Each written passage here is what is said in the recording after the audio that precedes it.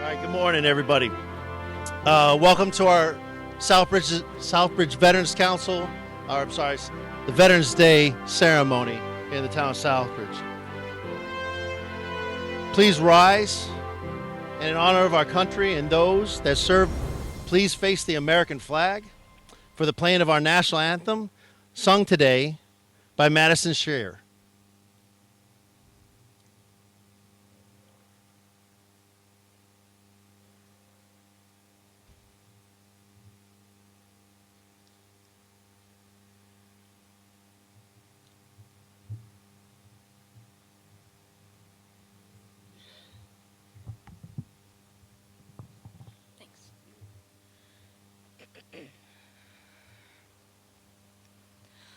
Oh, say, can you see by the dawn's early light what so proudly we hail at the twilight's last gleaming, whose broad stripes and bright stars through the perilous fights o'er the ramparts we watched were so gallantly streaming, and the rockets regular, the bombs bursting in air, gave proof through the night that our flag was still there. Oh, say does that star-spangled banner yet wave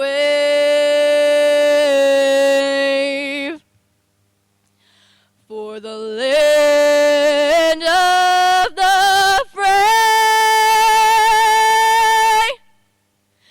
and the home of the brave?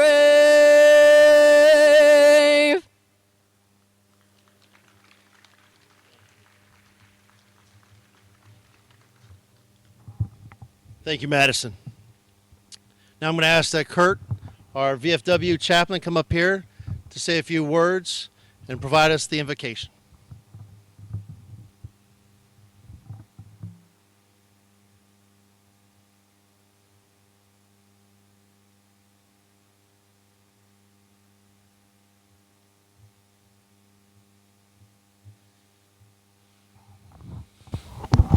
Oopsie days.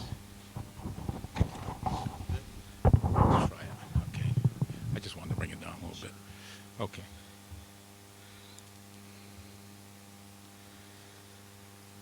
Lord, you have sustained our nation in the past and continue to bless us. We recall how so many have given their lives for the cause of freedom. Men and women continue to sacrifice and serve in the armed forces.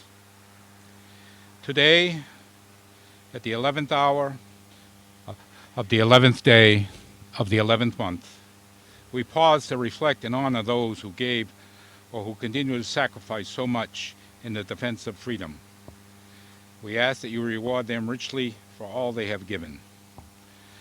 Proud of our nation, they answered their call, defending the freedom and safety of all. On land and on sea, or jets high above, they went out of duty and honor and love. But however they served, Lord, wherever they went, please bless them and help them to know what it meant. And help us to thank them on Veterans Day, for we owe them far more than we could ever say. Amen.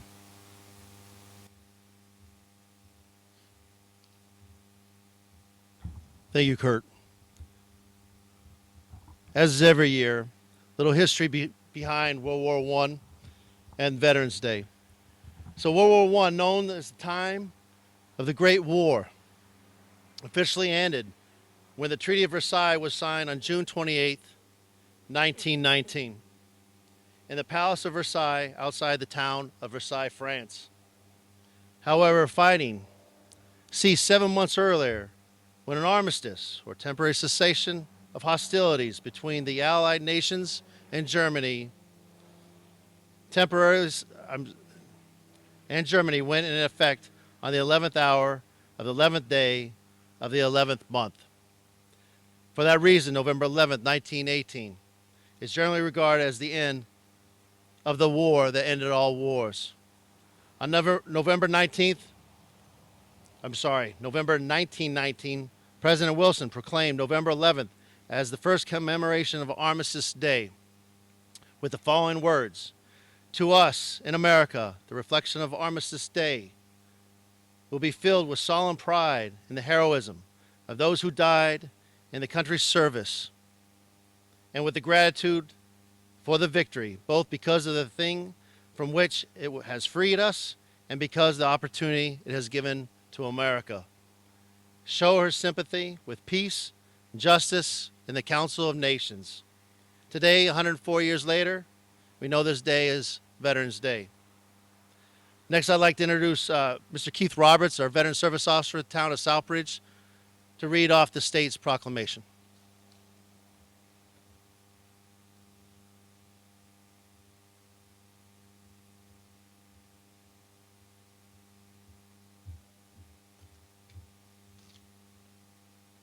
Veterans Day Proclamation from the Commonwealth of Massachusetts.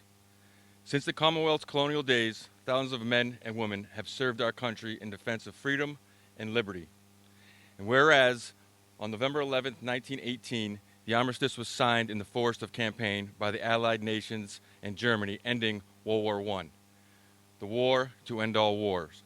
After 4 years of conflict, and whereas since that day, every November, people from around the nation have gathered to honor our veterans, and whereas there are approximately 388,000 veterans living in Massachusetts, and today we are reminded of the great sacrifices and contributions our veterans have made to our country, and whereas we honor and salute those who have served our country throughout the generations with honor, patriotism, and courage, and it is appropriate that all Massachusetts citizens remember the bravery of those who served their country so that their dedication and sacrifice serve as a reminder of the cost of freedom. And whereas in November 2022, the world will commemorate the 103rd anniversary of the armistice that ended the fighting in World War I at 11 a.m. November 11th, 1918, the 11th hour of the 11th day on the 11th month. Therefore, Charles D. Baker, Governor of the Commonwealth of Massachusetts, does hereby proclaim November 11th, 2022 to be Veterans Day. And urge all citizens of the Commonwealth to take cognizance of this event and participate fittingly in its observance. Given at the Executive Chamber in Boston, this 11th day of November, in the year 2022, in the Independent of the United States of America, 245th. God save the Commonwealth.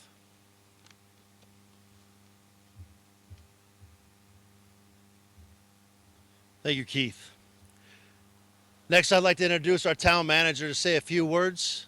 Has been, since he's been here as our town manager, a big supporter of the veterans community, and we appreciate everything he's done for us.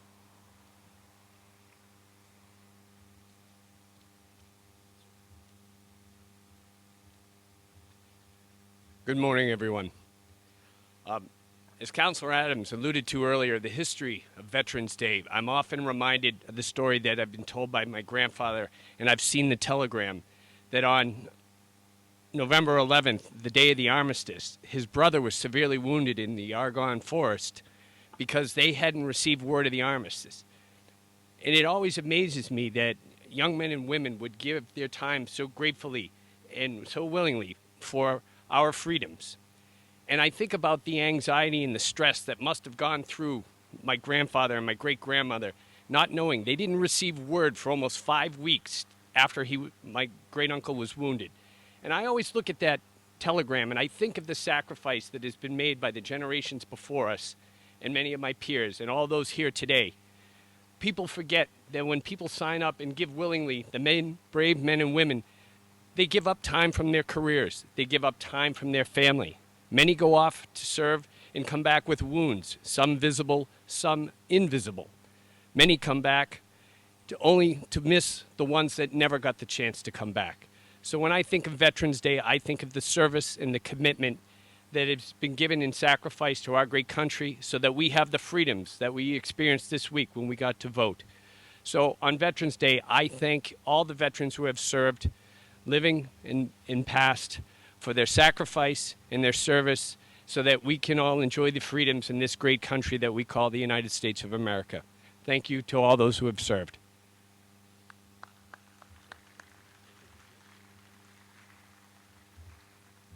Thank you, Michael.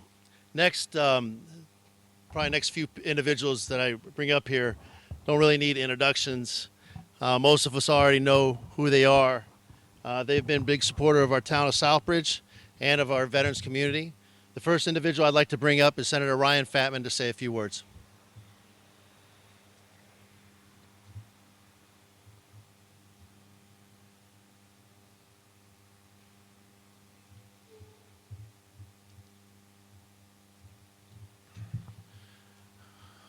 Thank you, and good morning, everyone. Thank you for being here to honor our veterans. About a year ago when we had this ceremony, I had mentioned that my brother would be getting ready to deploy to Iraq, and he actually left last Monday down to Fort Rucker, Alabama, to prepare for that service. When he comes back on December 15th, he'll be Captain Anthony Fatman, and he'll have 173 men and women underneath him when he deploys in February. Perhaps my brother was inspired by my grandfather. My grandfather was a World War II veteran, a Purple Heart veteran. In life, he was incredibly charismatic and joyful, somebody who always tried to find the silver lining in everything despite some of the horrors that he saw. One of the memories that I have from my grandfather's life was that he always talked about his earning a Purple Heart in a funny way. He was a medic. He was in Okinawa. It was about 1943, and his platoon was ambushed. He and the men that were digging the latrine when the ambush happened were the only ones that survived. They jumped into the latrine, and it saved their life. The Japanese had been hiding in the trees, unbeknownst to the soldiers, and they fell from the trees and they had surrounded them. But when my grandfather would talk about this in life after the war, he'd say, I earned my Purple Heart. It was easy. I jumped in a big pile of what. He'd actually say what it was. My mother would be very upset about that. I was 8, 9, 10 years old. But what I always remember, which I find so fascinating as now a 38-year-old and a father of 4, was that when the stories and the jokes were all done, he would go in the bedroom at night and I'd hear sobbing. And, you don't understand that when you're 9, 10, 11 years old, but you certainly understand it now, a bit older in life, and all the horror and the mental capacity issues that he had to go through experiencing World War II. My brother, I've shared this story, but I like to remind people, he's an aviator, a helicopter pilot, UH-60 Blackhawks, and in January of 2021, he found himself in trouble with his commanding officers for simple mistakes, that you and I make every single day. His flight instructor kept him in the air too long. He was 20 minutes late to his dental appointment because of it. He showed up, he parked on the parking line for the parking spot. The military police cited him, and the next morning he woke up and he forgot his reflector vest, and he found himself in front of these 3 commanding officers, Chief Warrant Officer Pryal, Skoda, and Coe, all men with distinguished service and tours in Iraq, Afghanistan, and they just sat there in front of him being like, what are you doing?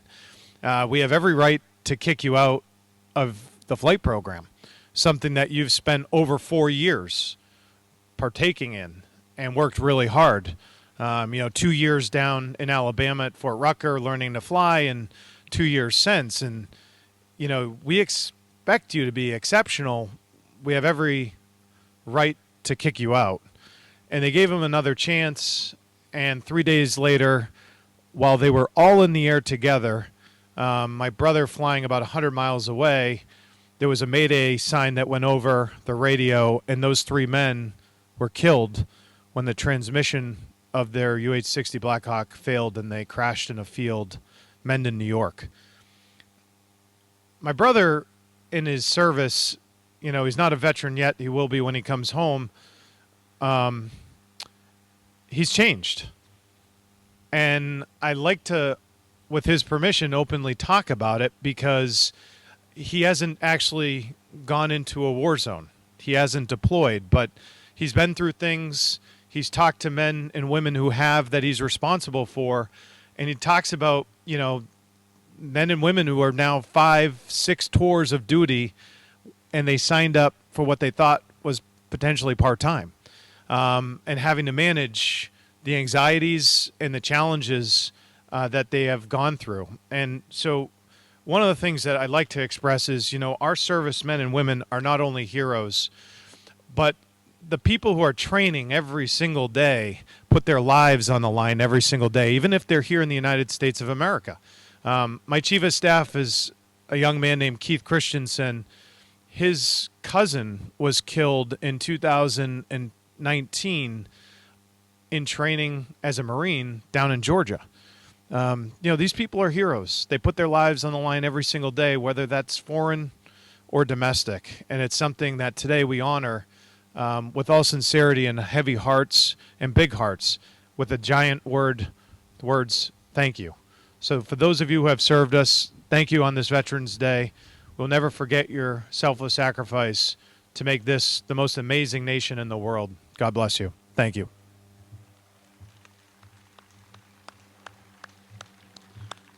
Thank you, Senator. Next, I'd like to introduce Representative Peter Durant. Again, these two individuals that have come up here to speak have done an amazing job for our veterans here in the town, and I always have their phone ready and answer my calls whenever I need something from them or request something from them. So, Peter. Good morning. There you go. Good morning, everyone. Thank you for being here today. We have a nice, warm November day, so it hasn't always been this way, so I appreciate that. But I just want to kind of piggyback off of something that Senator Fratman had said. What strikes me the most about Veterans Day, as we honor those who served, is just the normal, average person that we're talking about. And Ryan alluded to that with his brother. With his grandfather, and we look around at all of the veterans that are here today that go out and do extraordinary things, that go out and sacrifice themselves, put themselves in harm's way knowing that they may not come back, and they do that willingly, and they do that for us. They do that for our country. As we look over at the World War I memorial here, we see the names of those who didn't come back, and we see other memorials around town and around our Commonwealth, our country, of people who went to war to serve us, to fight for freedom, and create the greatest country in the world, the greatest country that the world has ever known. Just ordinary men and women, and that's something that we absolutely honor today and thank them for their sacrifice. Bless you. And I just want to piggyback off of that, what Ryan said. My dad's 97 years old. I talked to some of the veterans yesterday at the luncheon here. My dad's 97 years old, served in World War II. Of course, I have uncles and folks that I've known that have gone to war, have come back, and as Ryan said, they change. But we may not always see that. We may not always know that. And so we're grateful for the services that the Veterans Councils provide, that the VFW and the American Legion provide to our service members, and giving them the support. And thank you also to the families that take their loved ones home and have to deal with a lot of the crisis that they face. So this is a day that we honor them, I think it's a day that we can all be proud of our country and of those that have served this country. And I just want to say thank you for all you've done, and God bless you. Thank you.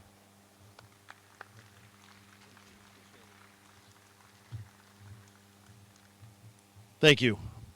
Now, this individual we do need to recognize and kind of talk about for a second, because being 17 years old or 18 years old, I can challenge her resume with a lot of our resumes, and she's a senior in high school. I want to introduce Emma Poloni. She's going to come up here and speak for a second. But she was born and raised here right in the town of Southbridge.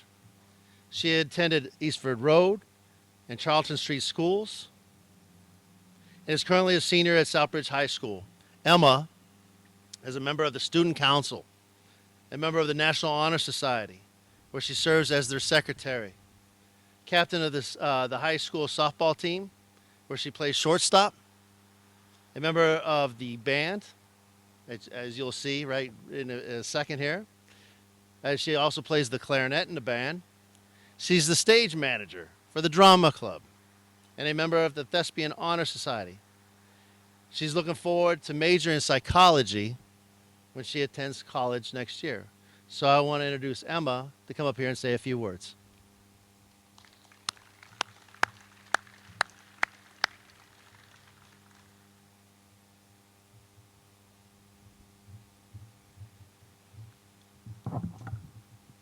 Thank you. Throughout elementary school, we spent time in the days leading up to Veterans Day learning all the facts that they could give to us. In high school, I would come to this event just as I am right now, playing the Armed Forces songs for those in audience. In all of these moments, I knew what Veterans Day was, but I didn't really know what it truly meant. Now in my final year of high school, I'm here to answer the question of what it truly means. Veterans Day was officially established in 1954 by President Eisenhower. However, that doesn't mean that we have only been celebrating veterans officially for 68 years. I'm sure that everyone is familiar with the American Revolution and how that victory over Great Britain allowed for the United States to officially be established as the free nation that it is. That war brought forward some of the first veterans of this country. We celebrate them now, centuries later, on days like today. Honoring veterans didn't just begin in 1954. It began with those first volunteer soldiers during the Revolutionary War. Without them, we wouldn't have the freedoms that we have today. The Department of Veterans Affairs has 19 million total veterans listed over the course of America's history. While a large portion of them are no longer with us, we still celebrate them on this day because of the sacrifices that they have made. They are listed as veterans for a reason, and we celebrate them today on Veterans Day for those sacrifices that they made for the country. Thank you to all the veterans, and thank you especially to the veterans that are gathered among us right now.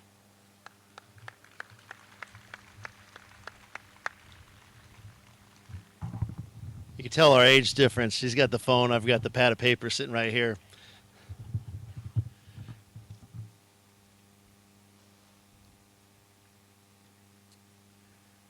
During Roman times, to honor the brave, leaders would lay wreaths throughout the cities. And today, Sergeant First Class Roberts, who is our Veteran Service Officer for the town of Southbridge, and Emma will be doing this honor this morning.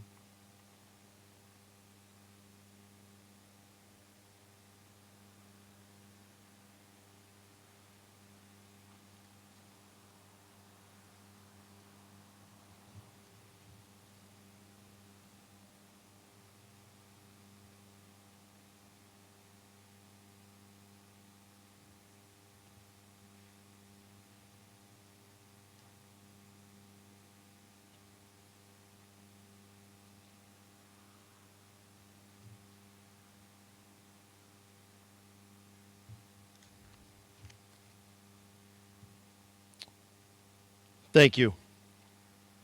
Now, most of us veterans have heard this before, and this poem by Lieutenant Colonel McRae from the Canadian Army wrote this back in 1918. In Flanders fields, the poppies blow, between the crosses, row on row, that mark our place and in the sky the larks still bravely singing fly, scarce heard amid the guns below. We are the dead, short days ago. We lived, we felt dawn, saw sunset glow, loved and were loved, and now we lie in Flanders fields. To take up our quarrel with the foe, to you from failing hands we throw. The torch be yours to hold it high. If ye break faith with us who die, we shall not sleep, though poppies grow in Flanders fields. Before we finish our ceremony today, there's a few people that I would like to thank for everything that they have done for us. I would like to thank the veterans who volunteered this morning and have continued to volunteer for our veterans throughout our community. I want to thank Madison, who sang the beautiful national anthem today. Our DPW workers, who made sure that the park, this oldest park, public park in the town of Southbridge, was nice and clean.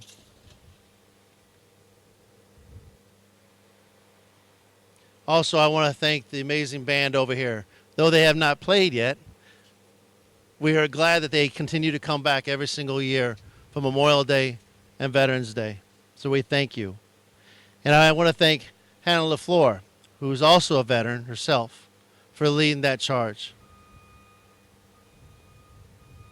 So in closing, and in honor of all veterans, we would like to finish today's Veterans Day ceremony with the playing of the Armed Forces Medley by the high school band.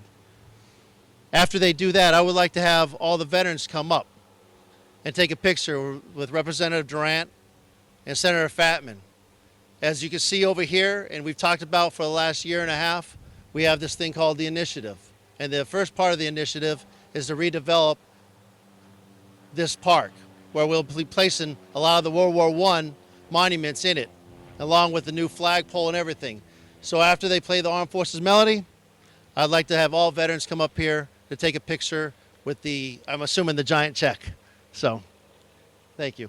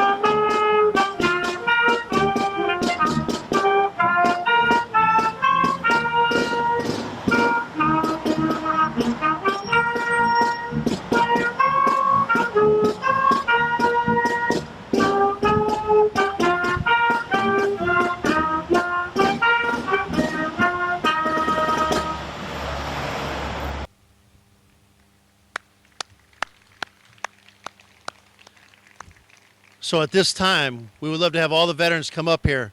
I just want to make note that Senator Fatman and Representative Peter Durant secured $50,000 for the initiative for this park. So again, we want to say thank you to them for doing that for us within our town. Thank you and have a wonderful and happy Veterans Day.